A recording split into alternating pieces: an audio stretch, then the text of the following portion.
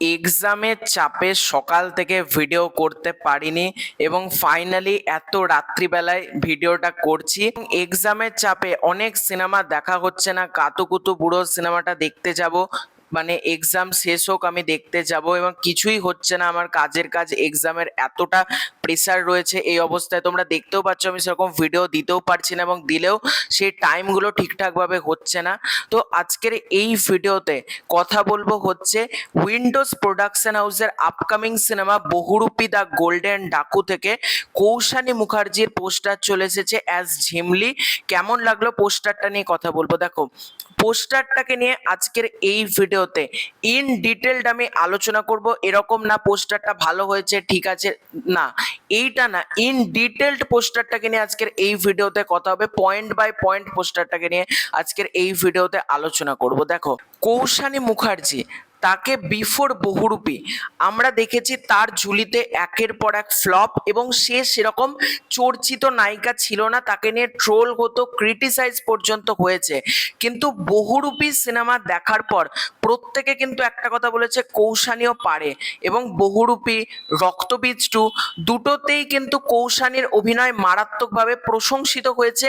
ক্রিটিক্সরা পর্যন্ত বলেছে ভালো হয়েছে, সাধারণ দর্শক কৌশানীর প্রশংসা করেছে সিনেমা হল থেকে বেরিয়ে।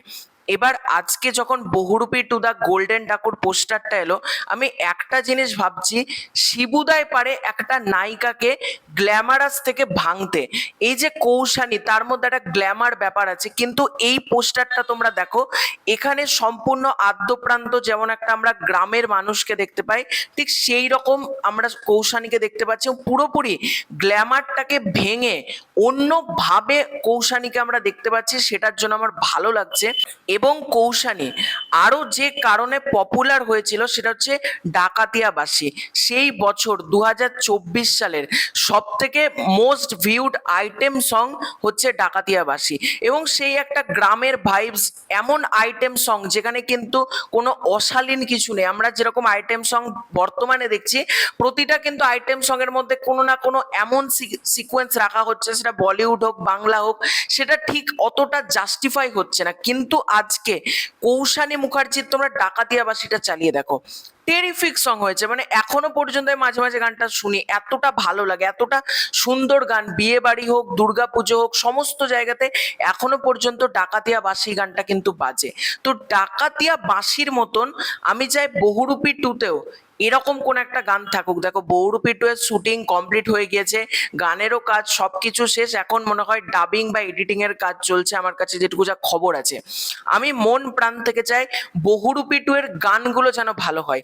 আর এবার কিন্তু বহুরূপী মেকার্সরা প্রমিস করছে, বহুরূপী যা দেখেছিলাম তার থেকে আরো বড় কিছু আমরা দেখতে পাবো। শিবুদা কৌশানীর জুটি আমরা পাচ্ছি, যিশু সেনগুপ্ত সোহিনী সরকারের জুটিটা পাচ্ছি। আমি চাই এই ডবল জুটি কিরকম লাগে। যেরকম রক্তবীজ 2তে আমরা আবির মিমি অঙ্কুশ কৌশানীকে পেয়েছিলাম, আমরা যদি বহুরূপীর ক্ষেত্রে যাই, আবির রীতাভরি, এবং আমরা অপর দিকে পেলাম শিবুদা কৌশানী।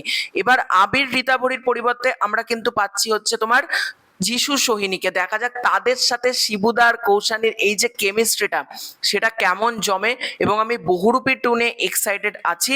এবং উইন্ডোজ এবারেও কিন্তু তাদের যে একটা নিজস্ব সেটা হচ্ছে বাঙালিয়ানা, সেই পোস্টারটার মধ্যে কিন্তু সম্পূর্ণ বাঙালিয়ানা ব্যাপারটা রয়েছে।